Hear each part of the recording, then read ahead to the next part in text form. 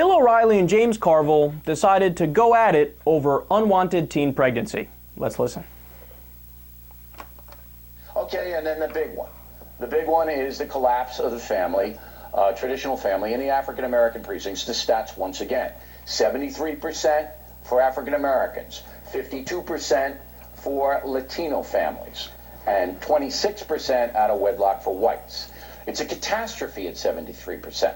So I want a big public campaign funded by the federal government to go in and tell the girls and the young ladies, don't do this. This condemns you to poverty.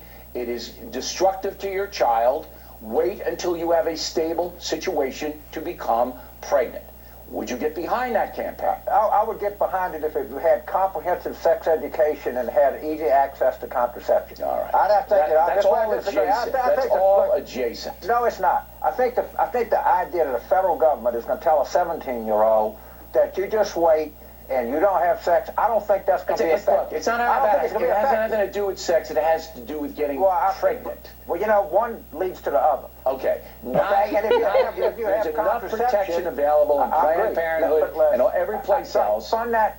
Let's really fund Planned Parenthood. So you don't want peer pressure brought. You want to fund. I don't think. Fund. I want to fund.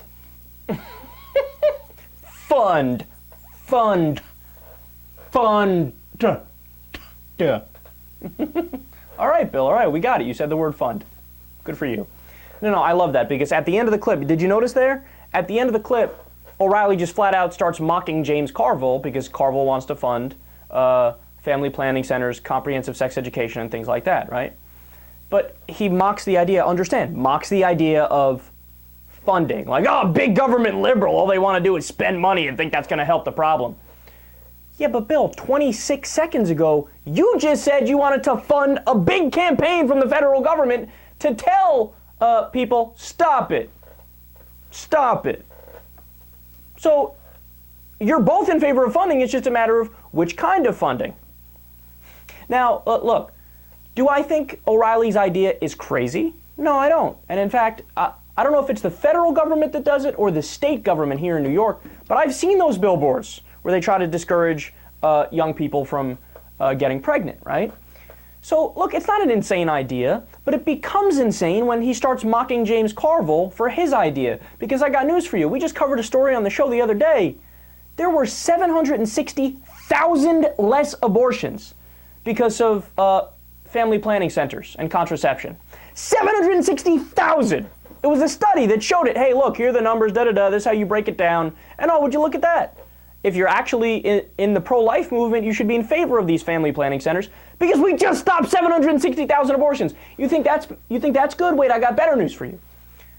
Same study, about 2.2 million unwanted pregnancies were avoided. This is all because of what James Carville's saying. Comprehensive sex education, family planning centers, condoms, the pill, so on and so forth. Okay, Bill, you're mocking the idea, but we already have all of the evidence. We already know what would happen if we do what James Carville is saying.